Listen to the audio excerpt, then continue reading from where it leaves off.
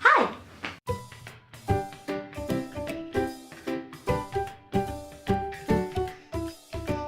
Hi everyone, I'm back today with an exciting book haul. I say exciting, but then again, if you know me, you know I'm quite excited by books in general. So I hope you find this as exciting as I do. But I have 5 books to talk about today, and I'm just gonna get into it. So the first book that I've got is this beauty here. Harry Potter and the Prisoner of Azkaban. Now, I haven't read all of the Harry Potter books. I know, it's really bad, and I should have. But since they started bringing out these beautiful illustrated versions, I mean, oh, loads of stuff fell out of it there. I forgot that I'd hidden all my birthday cards in there. I got this for my birthday, spoiler alert. That's why all my birthday cards were in it. They're not in it anymore. And this is just gorgeous. Since they started bringing out all of the illustrated Harry Potters, I've been collecting them and reading them, and I've been picking one up every year. This one, as I've already said, was a birthday gift to me. I've started reading it, I've read the first chapter already, and it's Harry Potter, what's not to love? I've seen all of the films, and I've been a massive fan of the films for years, and so I thought, you know, it's about time that I read the books, because what is a booktuber without reading the Harry Potter books, right? So yeah, The Prisoner of Azkaban, and it's gorgeous. The second book that I've got is a slightly sort of random one that I picked up at a charity shop. It is Madeline by Kate McCann. If you've followed my channel for a while, you'll know that I'm into true crime, and I have read quite a few sort of true crime books around, centering around missing children. I don't know why I do it to myself, because I find them extremely upsetting. However, I still read them because there's something that I find just so interesting about being in the deepest, darkest sort of pit of despair. I don't know why I read it. I don't know why I do it to myself, because I find them upsetting and I get myself all upset and can't sleep for a while, and you know, you can imagine. But then I saw this in a charity shop, and I'm really interested to find out what Kate McCann has to say about Madeline's disappearance. I have seen a couple of interviews of her online and things, and I don't know, I just really would like to see what she has to say in the book. If you're not from the UK, or you've been hiding under a rock in the UK and you're not sure about the Madeline McCann disappearance, I don't know if there is anybody in the UK who doesn't know about that, but if you're not from the UK, Madeline McCann went missing several years ago now. When was it actually? Does it tell you? It was the early 2000s, I'm sure. She was a 4-year-old girl. She was a 3-year-old girl about to hit her 4th birthday, I think, and her family, Kate and Jerry, and she's got 2 younger twin brother and sister. They all went on holiday to Portugal, and Kate and Jerry left her in the hotel room and went for lunch at a tapas restaurant across the walkway of the place. And there was a few families doing the same thing, and they were all meeting up, and they were taking turns to go back and check on each other's children. And during one of the checks, it turned out Madeline had gone missing from a hotel room, and she's been missing for years, and it's been one of the biggest cases in the UK, I think, of a missing child. And even though it was about a decade ago now, I think, it was about that, and she still appears in the news a lot, and people are still looking for her, and nobody knows what happened, and there's a huge sort of mystery surrounding the case, and there's been conspiracy theories and all sorts of things.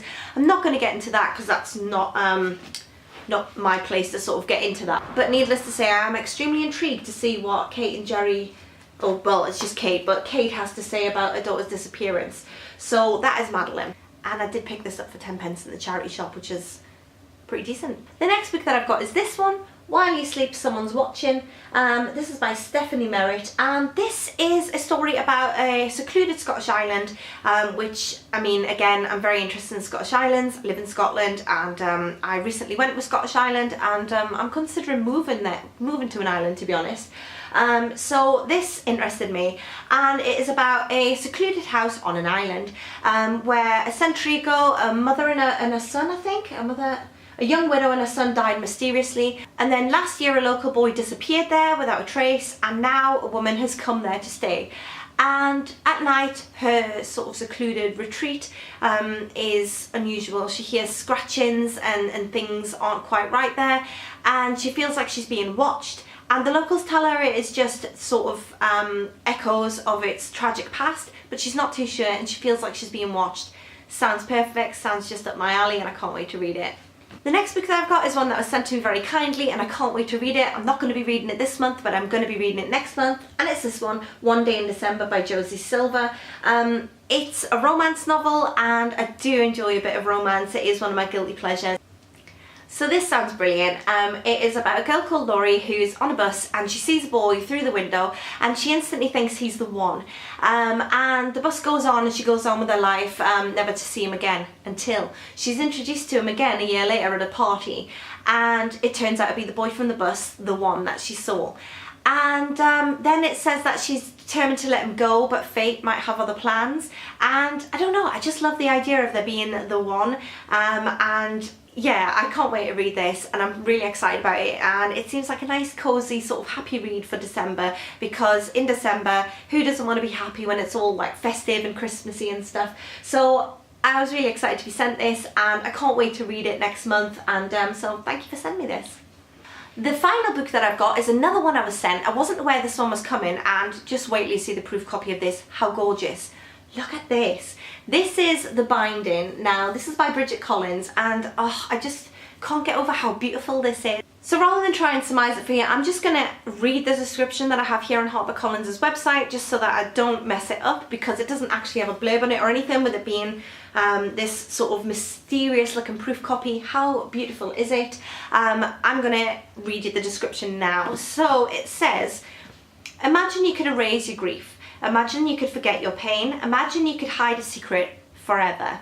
Emmett Farmer is working in the fields when a letter arrives summoning him to begin an apprenticeship. He will work for a bookbinder. A vocation that arouses fear, superstition and prejudice, but one neither he nor his parents can afford to refuse. He will learn to handcraft beautiful volumes, and within each he will capture something unique and extraordinary, a memory. If there's something you want to forget, he can help. If there's something you need to erase, he can assist. Your past will be stored safely in a book, and you will never remember your secret, however terrible. In a vault, under his mentor's workshop, row upon row of books and memories are meticulously stored and recorded. Then one day, Emmett makes an astonishing discovery. One of them has his name on it. The Binding is an unforgettable, magical novel, a boundary-defying love story, and a unique literary event. So that sounds so exciting. So exciting, in fact, that as soon as I finish reading the book that I'm currently reading, I'm going to start this one. I really can't wait to see what the Binding is hiding. And just look at it, so excited. So let me know if you've read any of these. What are you doing? I'm being haunted currently by a cat. My black witch's cat. Hello. Hi. So let me know if you've read any of these. Let me know if you're going to read any of these. And I will speak to you soon. Bye for now. Hello.